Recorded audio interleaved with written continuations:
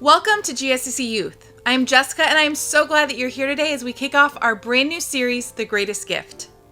This month, we'll be celebrating God's amazing love for us and the incredible gift He gave us when He sent His Son Jesus to earth to fulfill His plan to rescue us.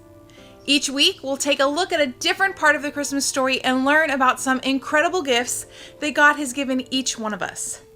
Gifts that are so good that we should share them with others.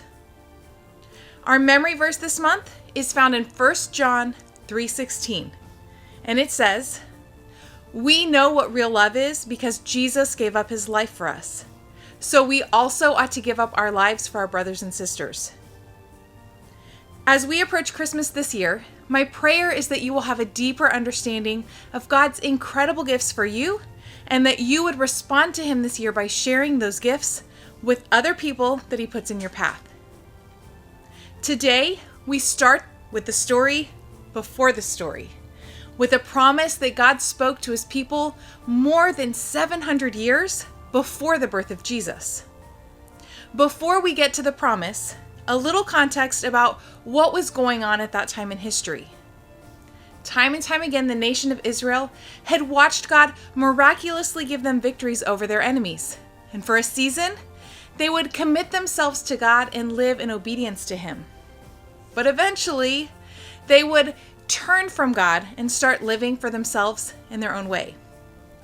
Isaiah was God's messenger to His people in Israel and Judah during a very, very challenging time in their history, when they were conquered by Assyria, and then later they were exiled in Babylon.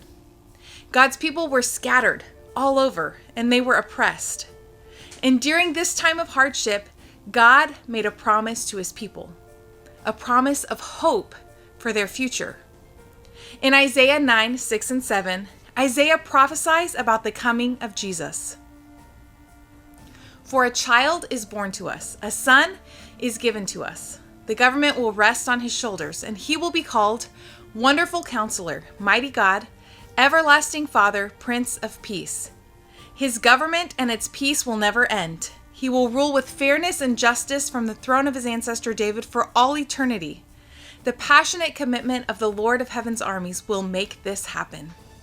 In the middle of a very dark and challenging time, God gives His people hope with the promise to send His Son to rescue the people. In Isaiah 11:10, the promise of hope continues. "In that day, the heir to David's throne will be a banner of salvation to all the world. The nations will rally to Him, and the land where He lives will be a glorious place." God promised to send someone to be a banner, a rallying flag to gather His people that had been scattered all over the earth. And many, many years later, God kept His promise. The birth of Jesus was the fulfillment of many Old Testament prophecies. God the Son had come to earth to set in motion His plan to rescue all people, that we would all have the opportunity to know Him personally for ourselves, and that we'd be able to receive all of the gifts that He has for us.